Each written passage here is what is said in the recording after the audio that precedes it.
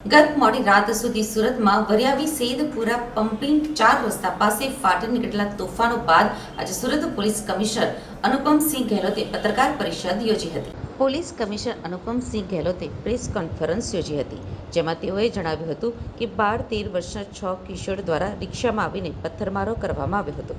રિક્ષા ચાલક સહિત કિશોર આરોપીઓ પર અટકાયતી કાર્યવાહી કરવામાં આવી છે. આ કેસમાં 6 ટીમો બનાવવામાં આવી છે.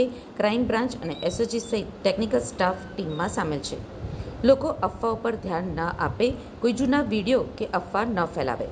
આરોપી કિશોર ઘટનાસ્થળથી 1.5 કિલોમીટર દૂર રહે છે. આ સમગ્ર મામલે 3 પ્રકારના ગુના દાખલ કરવામાં આવ્યા છે, જેમાં જુવેનાઇલ એક્ટ, ધાર્મિક લાગણી દુભાવવી, ગાડી સળગાવવી અને તોડફોડનો સમાવેશ થાય છે. આ કેસના આરોપીઓ પર આ 3 પ્રકારના ગુના દાખલ કરી કાયદાકીય કાર્યવાહી કરવામાં આવશે. વધુમાં જણાવ્યું હતું કે ગયા વર્ષે પણ નાની ઉંમરના કિશોરોએ આવી ઘટનાને અંજામ આપ્યો હતો. 2 દિવસ પહેલા પણ અન્ય એક ગણેશ પંડાલ ઉપર પથ્થરમારો કરાયો હતો, પણ કોઈએ માહોલ ન બગડે એ માટે ફરિયાદ દાખલ કરી ન હતી. ઘટના સ્થળ ઉપર ડ્રોન સર્વેલન્સ કરવામાં આવી રહ્યું છે. ગઈકાલે તારીખ 8 સપ્ટેમ્બરના રોજ વરિયાવી બજાર મેઘવાળ કોલોની ખાતે એક શ્રીજીના મંડપ ઉપર અમુક નાની ઉંમરના છોકરાઓ દ્વારા એના ઉપર પથ્થર મારવામાં આવેલા હતા. તાત્કાલિક બંદોબસ્ત ઉપર પોલીસ હાજર હતી. આ બધા લોકોને ડિટેન કરીને ત્યાં આપણા ચોકી ઉપર લઈ ગયા. પછી ચોકી ઉપર ફરિયાદ લેવાની તજવીજ ચાલુ કરવામાં આવી હતી. જે તે વખતે અમુક આપણા લોકો ભેગા થઈ ગયા અને એના પછી આ લોકો રજૂઆતો કરવાના ચાલુ કર્યા આરોપીઓના વિરુદ્ધમાં કે કાયદાકીય કડક પગલાં લેવામાં આવે. દરમિયાન આ કાર્યવાહી ચાલતી હતી ત્યારે આપણા આ પૂરા સમગ્ર વિસ્તાર અમારા કોમ્યુનલ સંવેદનશીલ વિસ્તારો છે, ત્યાં આપણા મુસ્લિમ સમાજના લોકો ત્યાં ભેગા થઈને પછી તો આર્ગ્યુમેન્ટ થયા અને પથ્થર મારા ચાલુ કરે અને પછી પોલીસે આ ટોળાને વિખેરવા માટે કાર્યવાહી કરી. આમાં અમુક ટીયર ગેસના સેલ છોડવામાં આવેલા અને લાઠીચાર્જ કરીને ટોળાને વિખેરવામાં આવેલા.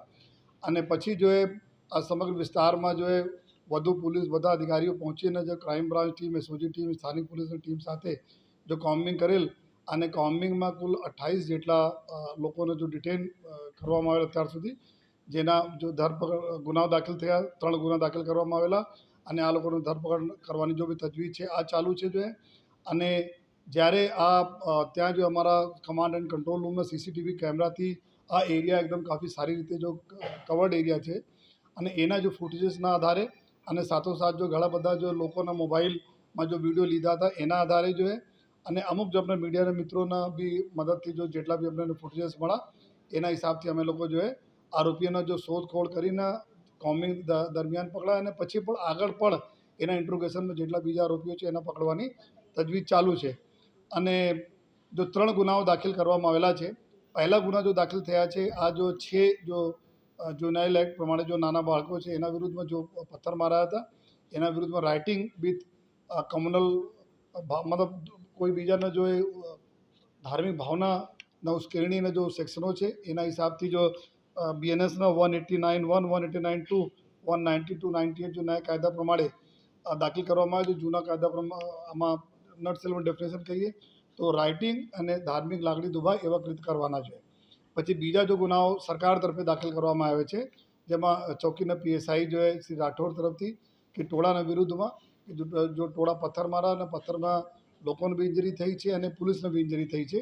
એના હિસાબથી બીએનએસના સેક્શન નવા કાયદા પ્રમાણે બીએનએસ 109, 115(1), 189(1) વગેરે દાખલ કરવામાં આવેલ છે, જેમાં 307 ના કલમો છે. જૂનાગઢ પ્રમાણેમાં વાત કરીએ તો આપણા મૃત્યુ નિપજાય આ પ્રકારના કૃત્યોના કલમો છે. સાથોસાથ પોલીસના ઉપર એસોલ્ટના બી કલમો છે એમાં, અને લોકોનો ગ્રીવિયસ ઇન્જરીઝ થઈ છે એના કલમો લગાડવામાં આવેલી છે અને જેમાં કુલ અત્યાર સુધી 28 જેટલા આરોપીઓના આપણે ડિટેન કરીને એના કાયદાકીય રીતે ધરપકડ કરવાની કાર્યવાહી ચાલુ છે.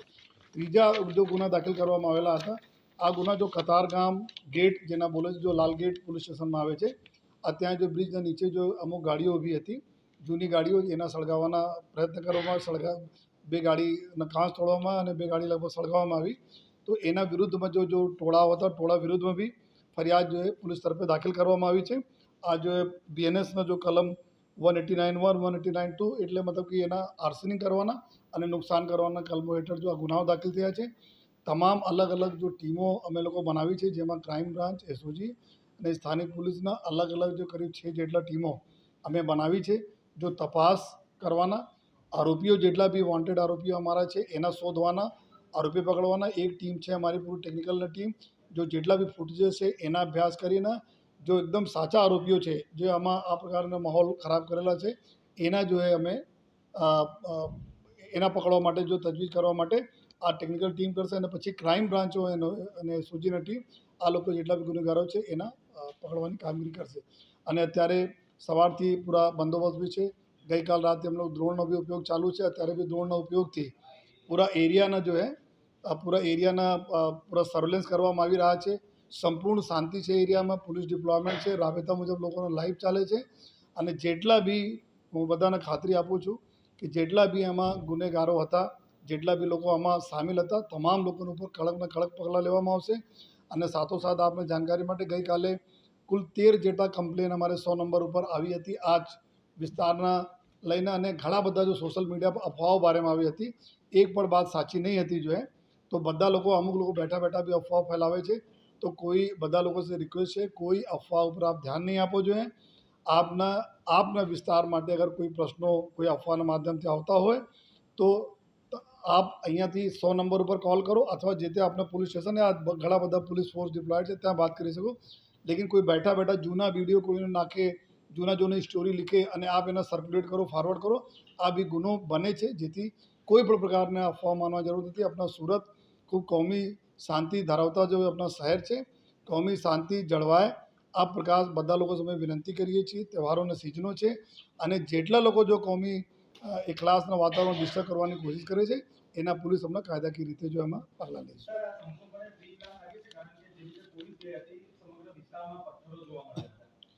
આમાં આ બાળકોના જો અમે જોઈએ તો આ લોકો જો જે એના ઘર લગભગ કરીબ 1.5 કિલોમીટર દૂર વિસ્તારના રહેવાવાળા બાળકો છે. તો એટલા દૂર આવીને જો હવે વરિયાવી જો આપણા મોહલ્લો છે વરિયાવી ગણેશજીના, ત્યાં આપણા વાત કરીએ તો આ પૂરા મુસ્લિમ વસ્તીના બીચમાં આવે છે. ત્યાં વર્ષોથી લોકો જો આપણા શ્રીજીની સ્થાપના કરે છે, ત્યાં કોઈને પ્રોબ્લેમ નથી. બંને સમાજ ખૂબ હળીમળીને રહે છે. ગઈકાલે પણ જો કોઈ પત્રકાર ત્યાં નહીં હતા જોઈએ, પરંતુ એટલા દૂરથી આવીને 1.5 કિલોમીટર દૂરથી આવીને અહીંયા જો સ્ટડી કરીને જાય, એના મતલબ પૂરા અમારા આ જ દિશામાં અમે તપાસ કરીએ છીએ કે એના પાછળ કોણ ધોરીમાર છે, કોના જોઈએ અને કોણ છે. એના માટે એના વાલીઓને બી અમે અત્યારે ડિટેન કર્યા છીએ અને આ પૂછપરછ અમારી ચાલુ છે.